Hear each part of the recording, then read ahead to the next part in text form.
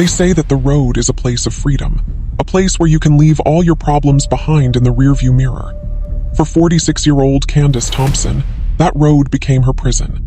And on a cold September night in 2023, inside the sleeper cab of a Freightliner Cascadia, her story came to a brutal and horrifying end. But what makes this story so deeply unsettling is not just the violence of that final moment. It is the fact that for hours, while a man sat covered in her blood, surrounded by the shattered glass and the evidence of his crime, the world had no idea that a body was lying just inches away from him. It is a story about isolation, about the terrifying silence that can exist inside a moving vehicle, and about the moment a routine welfare check turned into a homicide investigation. This is the story of Matthew Watley and the 50-mile detour that ended in murder. It is a story of a relationship that was already fractured, a journey that was never supposed to happen, and a discovery that would leave a family shattered forever. Matthew Sidney Watley was a 46-year-old truck driver from Sicklerville, New Jersey, working for a company called PAA Trucking LLC. He was assigned a job that seemed simple enough: transport a refrigerated load of pineapples from Monte Fresh Produce to a delivery location in Jessup, Maryland. It was a straightforward run, a routine part of the job for any commercial driver. But on September 23, 2023, Matthew Watley had other plans. Before he even began his journey to Maryland, he made a request to his boss, Parminder, the owner of the trucking company. He asked for permission to detour to his mother's home in Sicklerville, New Jersey, claiming he needed to shower, do laundry, and prepare himself for the long trip ahead. Parminder approved the request, completely unaware that Matthew had no intention of doing laundry that day. Instead, he was going to his mother's house to pick up his girlfriend, 46-year-old Candice Thompson, to bring her along on his commercial interstate trip. It was a decision that would seal her fate and would ultimately lead to the discovery that would horrify even the most seasoned law enforcement officers. Candice Thompson was also from Sicklerville, New Jersey, a woman who, according to her family, had been isolated and controlled by Matthew for a long time. He maintained a controlling hold over her, preventing her from living with her family even while he was away on delivery trips for his company. Instead, he insisted she remain with him in the sleeper cabin of his truck, effectively cutting her off from her support network and any immediate access to help. This was a pattern of abuse and isolation that had been documented before. The Winslow Township Police Department in New Jersey had a history of domestic violence reports involving the couple. Candice was trapped in a moving vehicle with a man who had a history of violence against her. On that Saturday night, as the truck rumbled down the highway toward Maryland, a horrific argument escalated in the confined space of the sleeper berth. The evidence would later show that Matthew attacked Candice with a knife and a claw hammer. The attack was brutal and sustained. She suffered multiple stab wounds to her back, along with additional wounds on her back, right hand, and face. By the time Matthew arrived at the facility where deputies would eventually stop him, Candice had already been dead for nearly 4 hours. The truck had become her tomb. At around 1:30 a.m. on September 24, 2023, deputies with the Frederick County Sheriff's Office received a 911 call from an anonymous caller reporting a disturbing situation involving the driver of a Freightliner Cascadia. The caller, another truck driver who had been parked nearby, had witnessed and heard distressing things coming from inside the truck. The witness told dispatchers that the truck was parked at the Costco distribution center in Monrovia, Maryland, and expressed concerns that Matthew might be under the influence of drugs. Those suspicions grew after the witness reported seeing Matthew damage his own vehicle, tearing apart the truck's interior, and punching the windshield until his hand started bleeding. The witness trucker said that it sounded as if Matthew was cutting or stabbing himself, and he heard him yelling for help. The witness, knowing he needed to step back, went to a nearby guard building to notify them that something was going on.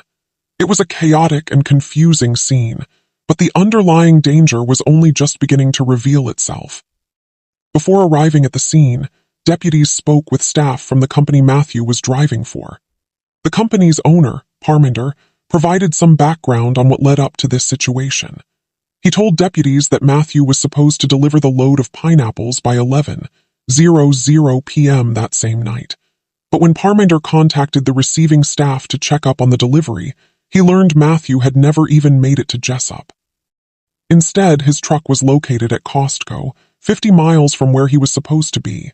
When deputies arrived on the scene, they found a man who was clearly in distress. Matthew Watley was covered in blood. He was sitting in the driver's seat of the running truck, and he was argumentative, refusing to speak with the deputies. He refused to turn off the engine, creating a volatile and dangerous situation. The deputies tried to establish a rapport, asking him if he had a medical emergency or if he needed water. But Matthew was uncooperative. At one point, a deputy asked him, "You have somebody else with you. Is there somebody in there with you?" Matthew's response was evasive. He was hiding a terrible secret. The standoff quickly escalated. Deputies, concerned for the safety of everyone involved, placed spike strips in front of and behind the truck.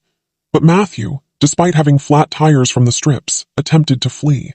He drove the damaged truck away, leading deputies on a slow-speed pursuit inside the secure area of the Costco lot. He finally stopped, but he still refused to get out of the truck. Deputies deployed pepper spray through his open window, but he remained inside the cab. Finally, deputies broke a different window and used a stun gun on him, taking him into custody. He had what appeared to be blood on his shirt, hands, and face. It was at that moment, as they searched the cab of the vehicle, that they made the discovery that would change everything.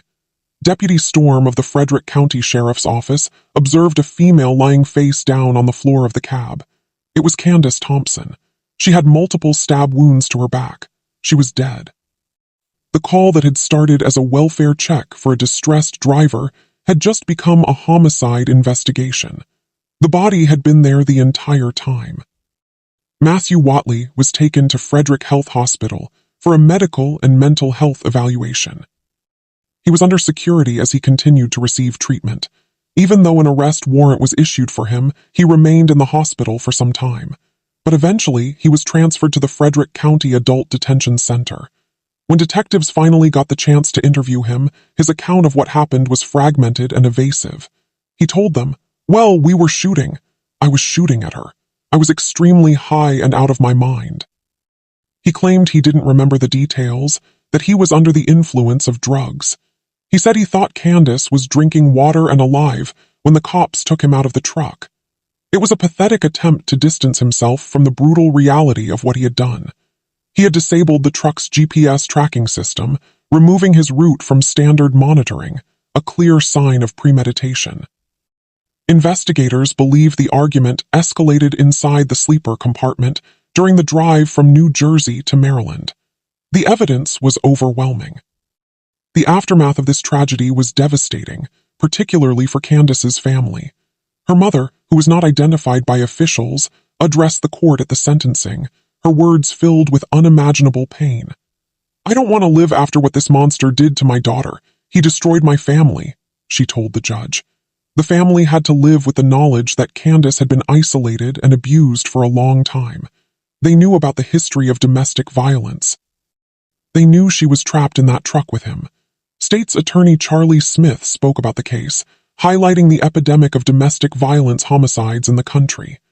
"These violent offenders need to be treated harshly at the outset before they go on to take the life of their intimate partner," he said.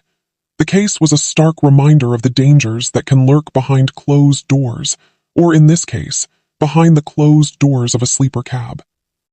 On October 21, 2025, Matthew Sidney Watley pleaded guilty to one count of second-degree murder.